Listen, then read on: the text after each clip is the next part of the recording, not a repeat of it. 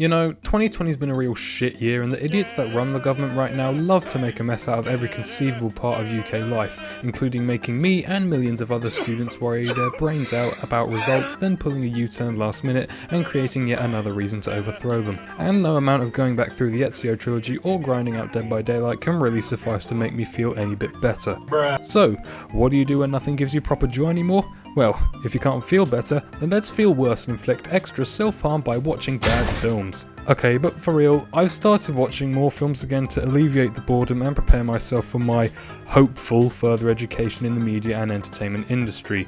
And in the process, I've tried out some other genres. I've watched some Marvel films I've already seen before, Spider-Man Homecoming, Avengers Endgame, Guardians of the Galaxy, X-Men Apocalypse. Then there are other films, Hitman's Bodyguard, Hidden Figures, Gone Girl, Saving Mr. Banks, Darkest Hour, 3:10 to Yuma, Passengers, Warm Bodies. I've been trying to keep my mind active with fresh flicks. But one day, I remembered Jurassic Park was apparently a running franchise now. The first Jurassic Park film, made all the way back in 1993, may not have been an enormous game changer for sci-fi films, and it certainly wasn't Spielberg's crowning magnum opus, but it was an entertaining film with what was, for the time, an interesting concept. We've got clear protagonists and antagonists, characters where personalities clash in humorous ways, decent looking dinosaur CGI for the early 90s, and a cohesive plot that has clear progression in the characters and their attitude. It deserves its spot as a sci-fi classic for always being a thrilling experience and captivating audiences. It's a solid package. And then 4 other films were made, and here we are. What should have stayed as a one-off survival adventure film has devolved into a series of films trying to feed us more lore to the Jurassic World. Fitting there. Lost World was an alright add-on, 3 was unnecessary, Jurassic World was an okay reinstallation, but it sort of just came off as an average summer film with a lot of backstory to it. It wasn't bad per se, but you got San Andreas, The Meg, Godzilla, very flashy blockbusters that use explosions and monsters and cataclysmic events to appeal to the average moviegoer. Not much can really be built off of that.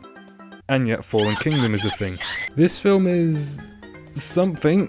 It's a mess. This film is a throbbing mess of conflicted themes and plot devices. There's just such a prominent lack of creativity in this movie that it makes you question why and how this series is even still going. Oh yeah, because it makes truckloads of money at the box office. $1.3 billion. $1.3 billion. It's ranked 15th on the highest grossing films of all time. So yeah, I guess the saturated facade that was the trailer worked like a charm for Universal. So, let's rip that mask off and have a look at the anatomy of Jurassic World Fallen Kingdom. Also, I don't want to run the risk of copyright by showing too many movie clips here. So, what better thing to do than to create a sprite to give myself more recognisability? I wonder if anyone else has come up with that. So, here I am, full form.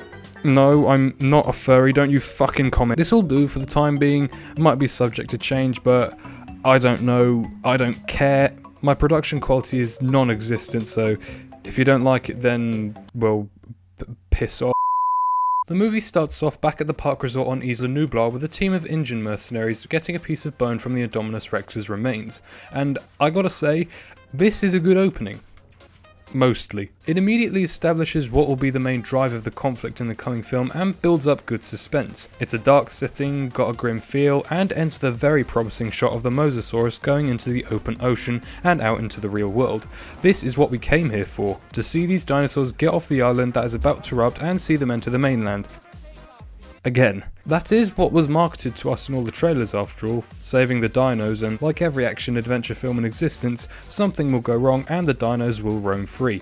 So, this opening just dives headfirst into that, and I remember thinking, oh shit, this looks enticing when I first saw it, but there is one part of this opening that is unfortunately a very accurate depiction of what the film is actually like. This guy and his pantomime act with the T-Rex. It might as well be a show on Nickelodeon with the childish attitude this opens up with. Are you ready, kids? Aye, aye, Captain! I can't hear you! Aye, aye, Captain! Oh! Who lives in a pineapple under the sea? Alright, intro done. Next up, introducing the characters. And who other than Jeff Goldblum appears first and states the reasons why Jurassic World as a concept has been stretched out way too far. We amassed a landmark technological power, and we've consistently proven ourselves incapable of handling that power. What a legend. After this, we are reintroduced to Claire, once a higher up in Jurassic World, now dinosaur conservationist? That's one very rapid arc, Jesus. She went from no-nonsense businesswoman to survivalist to being a member of Dino PETA in the span of 1 1/10 films. That's, whatever. In this scene, we are also introduced to Zia, aka someone you'd expect to run into at Starbucks complaining about how there was too much soy in their coffee, and Franklin, who is the actual saviour of this film. I'm not kidding, every scene that he's in is just a million times better because of his mere presence. Thank God he's going to be in Dominion. Back at it again at Krispy Kreme. There's a news flash on the TV saying that the dinosaurs are going to die because there's a big active volcano on the island, and we're not going to do anything about it because we actually know how these things go, and we have more than 4 brain cells in our head. But oh no, they'll die, says Claire. What a shame. And she's invited to Benjamin's estate to discuss illegally getting them off the island and onto another as a sanctuary. Who's Benjamin? Apparently John Hammond's partner back when he was alive. I'm sorry, but I don't remember ever hearing John in the first 2 films ever mention having a partner in playing God. But it doesn't matter, because he gets knocked off as well. So during this little expositional meeting, we are also informed from obvious bad guy over here that they can in fact rescue a few of the dinosaurs, including Blue, the velociraptor that can only be captured by Owen Grady from the previous film. Okay, now we got a clear goal to work towards, and Chris Pratt will be returning into the storyline. Things like that, they're getting into motion, so what could go... Seriously? I can't believe you think that you left me. Shit. They separated again for something trivial, again, and it's unoriginal. Again. This whole on-again, off-again relationship debacle just feels completely unnecessary as it adds so little to the film, and it had already been done before in the first film and concluded fine. While Jurassic World wasn't an incredible flick, it did get Owen and Claire's relationship right. It arced in a clear way as the film went on and ended with them having just survived hell on Earth and them deciding to stick together. Perfectly fine ending. Then this movie comes in and undoes all of that by trying the same trope again to no effect. Throughout the course of the film, their attitudes towards one another don't change one bit, or if they do, it's a minuscule amount. They always have this vibe of still having feelings for one another, and they don't challenge each other on anything apart from this moment where they meet for the first time again. You know, the main ingredient that made their gradual romance work in the first place? Saying they're broken up could work, it would still be unoriginal and copying the mojo from the first Jurassic World, but it could work. And if you're doing that, have an arc that clearly shifts throughout the film to give more depth to the characters. Not this. Anyway, Owen eventually gets convinced to help out with extracting the dinos after watching some old footage of himself when the raptor pack was still young. So, we're getting a sort of more emotional connection to Owen and Blue, and that is an interesting concept that unfortunately gets forgotten halfway through the film until the very end. Oh my god. I'm going to say one thing before we get into the actual action. The second half of this film completely shits on the first half. Tenfold. Remember the trailer that advertised this as a brightly saturated, action-packed, thrilling film? Yeah, that was all the first half. What's the second half like? Well, we'll find out soon enough. And here we are at last, back on the island that gave birth to this stretched out film franchise. Woo! Now the first half of the movie begins to get moving, as we're introduced to yet another character, Steve Irwin if he went through the Metal Gear Solid campaign, fitted with all the corresponding tropes. Sunglasses, tooth necklace, cocky unlikable attitude, the colour brown, it's the full package. Now, I know Jurassic Park 1 and 2 had hunter characters as well, but they both actually had human emotions and strives that were more personal. The hunter played by Bob Peck in the first film actually cared about the safety of others and gave his life to save another. He was an actual likeable side addition. The hunter in the second film wasn't as kind-hearted, but he had a smidgen of humanity in him and knew when things were bigger than he was. When a specific member of the crew dies, he thinks, maybe I shouldn't stay around a company that focuses on controlling prehistoric monsters and circulating around a batch of islands that you'd expect Lara Croft to be scouring. And he leaves. The character himself may have been an arsehole, but he was a sensible arsehole. Can't say the same for Sam Becker enthusiast here. From here on out, I'll just call this guy Sam.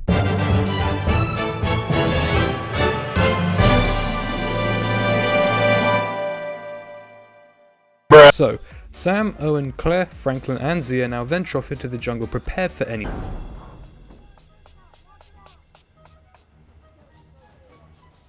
Here's some bug spray. Bug spray. I like Franklin. The crew managed to reach an old command center and get it up and running again, and all the dinos can be traced from said control center, including Blue. Now knowing the location of where the last raptor on Earth is, Claire and Frank stay to monitor where Blue is, leaving Owen, Zia and Sam to venture off and capture him with mercenaries that are cloned from Call of Duty and are also trigger happy. What could possibly go wrong? Spoiler alert, something goes wrong. I know, shocking. A guy shoots Blue in the chest with a P2000, clearly didn't buy Kevlar at the start of the round, poor decision in hindsight, and he drops to the ground. Counter-terrorists win. Owen then gets in a hissy fit, storms towards Sam, and gets a potion of poison thrown on him.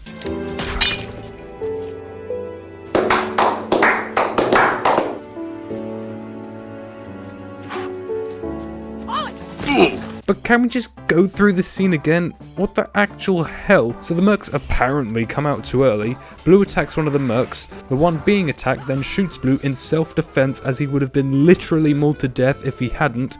Then Owen, being the absolute genius that he is, focuses his rage over a situation that could not have been averted into Sam. Why? Because there had to be conflict. It's for the conflict. Also, Owen is dead. The end. Owen! What are you doing? Oh.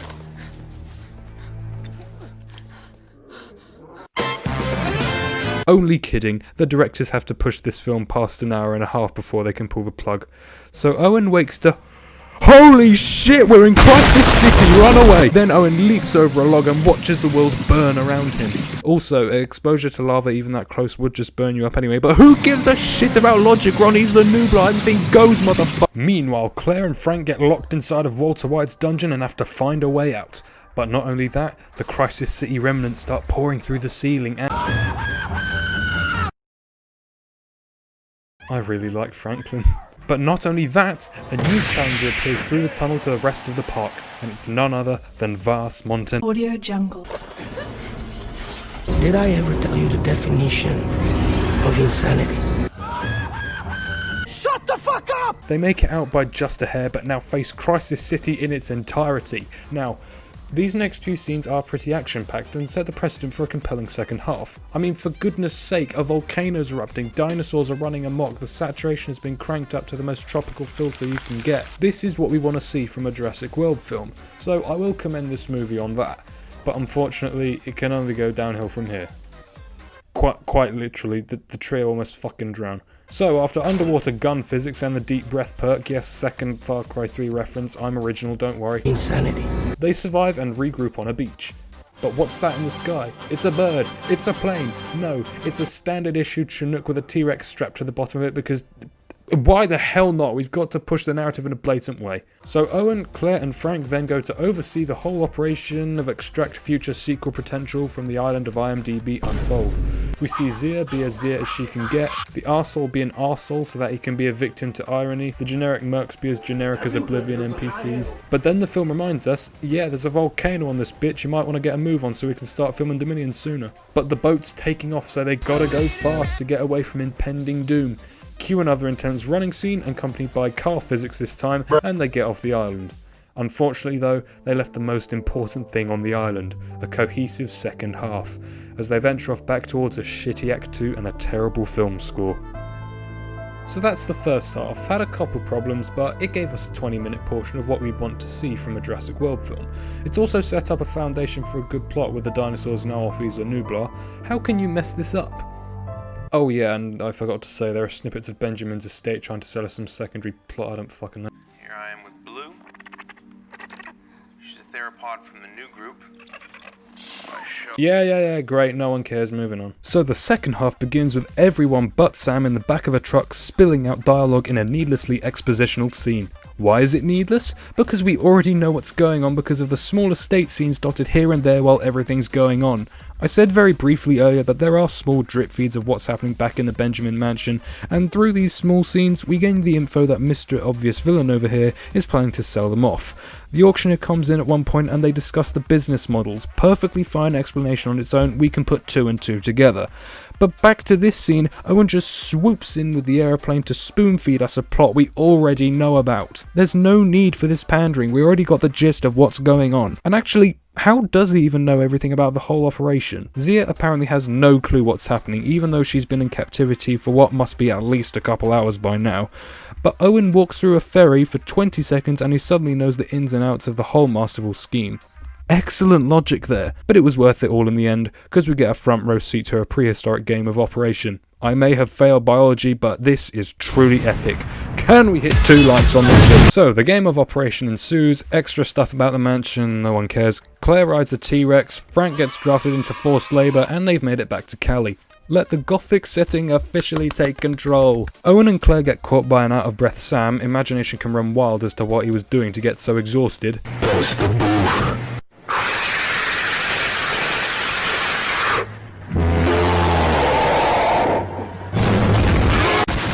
And then they get taken prisoner by this guy whose name I can't remember. Also, they do the soft approach in Detroit Become Human.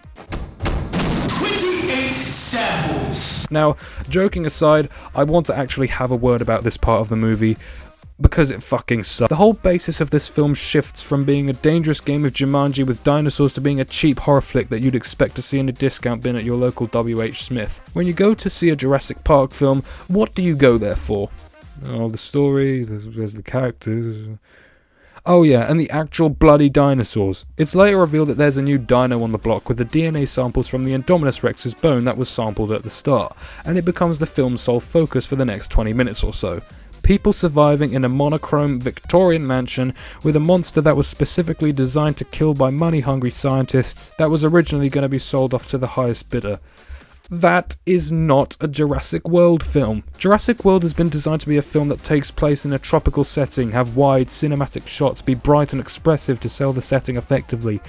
Not be a gothic monster in the house type horror, because instead of actually having all the captured dinosaurs roam free and see what chaos ensues when they all escape and can't be contained in a facility, they keep all of the captured dinosaurs in captivity and only 3 actually escape this portion. So, where were we? Oh right, yeah. Connor yelling 28 samples. So with Owen and Claire trapped with the reptiles, the night goes on and a steam summer sale has commenced. Near Automata, Wolfenstein and Life is Strange all go on a 75% sale, and get sold out by Dmitry Razgalov, Chan Chuang and an assortment of irrelevant people dressed from Men in Black. But uh-oh, Benjamin finds out about the sale and is pissed off that this guy didn't add funds to his Steam wallet in time. And then he's murdered. Like, no joke, this is the first antagonist in a Jurassic World film where they've actually committed first-degree murder. Huh. But this girl finds out and hides in this thing to go down to the facility level. Also, yeah, there was this girl character who was pretty unimportant up until this second half. She's the main push factor behind all the mansion scenes, and I'm now just realising that I've been very vague about this whole plot. I'm sorry, I'm doing shit at reviews. I'll get better. Let's be fair, we both know that's a lie. Back to Owen and Claire, they've decided they want to get away from the bad stockpile of games on sale, and use the help of NBA 2K20 to bust out. Also, the girl was there the whole time and gets paralysed from witnessing NBA getting released to the public. Owen and Claire convince her to join them, and they then spectate the sale in its prime. But they then bring out the ultimate sale, the mighty 80% off The Witcher 3. They show its qualities as it is designed to be the unstoppable game of the year. Owen goes to stop it from being sold but runs into NBA 2K20 again, and he comes up with the master plan. Release NBA for 92% off to poor souls that pledge to stay inside for the summer. Also, what the fuck was that sale for? It was well random. And then the Assassin's Creed 2 combat, and everyone runs away. Except Sam here, because he's the hunter character that must die in an ironic way, and his death scene really bugs me. He's seeing the chaos ensue and decides to go in. Okay, that is fine. He's an arrogant character, I can buy it. He then sees a towering beast of a dinosaur in a claustrophobic cage, shoots it with a tranquilizer dart, and enters the cage. Right, I don't care how cruel you make a character, if anyone decides to go into a cage with that thing, then I'm sorry, but you're as dense as Ellen DeGeneres fans. But this scene wouldn't have been nearly as bad if it wasn't for the pantomime style this scene takes on. Yes, another one I know, there was one at the start as well, very creative. Now, how was this a pantomime as well? because as Sam here tries to take out a tooth for his alpha male tooth necklace he got in his hunter stereotype bundle, the Indoraptor waves its tail, he looks around, What was that noise? and the thing smiles at the camera. What? And that's not the end of it. This happens less than a minute afterwards.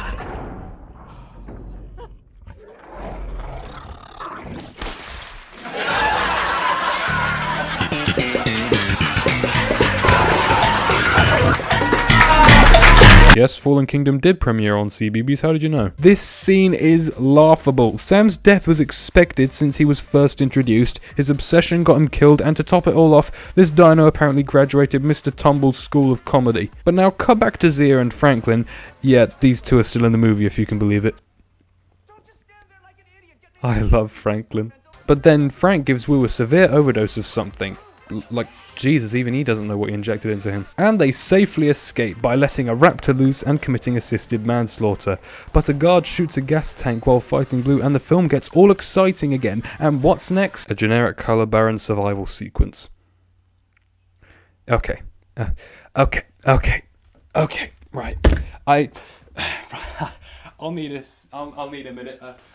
Why do you build up this great and exciting series of events and pay it off with that? They really dig into the gothic setting from now on, and it completely ruins the what should be exhilarating tone. We don't know where the dinosaur is in this first half, which sets the tone for a horror survival, e.g. not what we want for this film. Now I remember one time when I was in a Discord call with other filmaholics like myself that just cower in fear at the thought of sunlight touching our skin, and someone raised the question, the original Jurassic Park film had the same sort of suspenseful moments, most notably the kitchen scene. How is this any different? And they are somewhat right. This kitchen scene shares a few aspects with the modern take, but the first Jurassic Park has a bright colour palette. It's an actual tropical setting, so it gives off a more involuntary adventure vibe, as opposed to I called the Indoraptor at 3 AM so scary. Also, we actually see where both the kids and the raptors are in the kitchen scene. This builds up dramatic irony as we know what might happen if our characters fuck up, and we also see what the dinos are doing simultaneously as our characters fuck up. Ergo, the correct type of suspense is built up.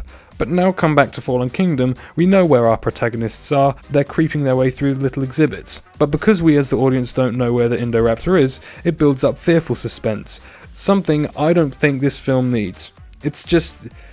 oh, this video won't pass 100 views, who cares? So they survive for a bit and then Claire gets stabbed, little girl runs away screaming, which distracts the dino pretty good, and oh look, forced romance, get your cameras out. And then Owen gears up to tame the beast, which has decided to do a Godzilla on the roof. It then finds girl in her bed and reaches its hand out to give the directors another cinematic shot to put on posters. Then Owen busts in with a shotgun, but shotguns don't work at close range and it only deals 12 damage to the Indoraptor. Then Blue appears and we've actually got our first proper full-fledged dinosaur fight in the film. In the final moments of Act 3, the girl leads Owen to do some Watch Dogs 2 epic parkour and the last stand commences, but they slip and it looks real bad. But then, Claire made her way up here with a severe leg wound. Alright. Now it's a 3v1 and it's raining and it's super epic. Then Blue appears, jumps in, and the Indoraptor dies at the end. Except not really, because there are still those dinosaurs in the facility. Yeah, we forgot about those as well. And that gas tank that got shot earlier? Yeah, that's toxic, and they'll die if they snort too much of it. So now, a big decision must be made. Will Claire rescue the dinosaurs and let them roam free in America? Or will she let them die as it is unnatural to have them be here in the first place? And you know what she does? She does the actual mature thing to do and lets them die. Proving that this could be a good ending point, and that they shouldn't milk a franchise. Nope! The girl pushes the button and lets them free. She is the guilty culprit. And what's her reasoning? I had to. They're alive. Like me. They're living, breathing animals. Ah, fuck off. So anyway, long story short, bad guy dies, DNA gets destroyed, Blue runs off into the wilderness again, Jeff Goldblum up for round 2, and the premise we were sold on now apparently is the premise of the next film. The end. What a wasteful hour and a half. Believe it or not, I don't like calling this film bad because there is good stuff in it. The acting is pretty good. The visuals in the first half are colourful and very expressive. They've made sure future films will definitely take place on the mainland and not Isla Nublar. Franklin is the best thing to happen to the entire series, but the cons just massively outweigh the pros. We were sold the dinos being brought onto the mainland, and that implies that it will actually be on the mainland and not some Luigi's Mansion knockoff. The second half should have been done completely differently. Could probably keep the auctioning of the dinosaurs aspect, but not in a house. So overall, I'm very disappointed with this film. It's once again fallen victim to the Jurassic Park sequel curse, but I mean, I don't think anyone's surprised anymore. But maybe I'm being too harsh, because after all, that shot Sam landed on Owen earlier would have Kenny S worrying his mind out with that incredible play of the game. So because of that, I'm giving this film a 10 out of 10. Absolutely fucking incredible.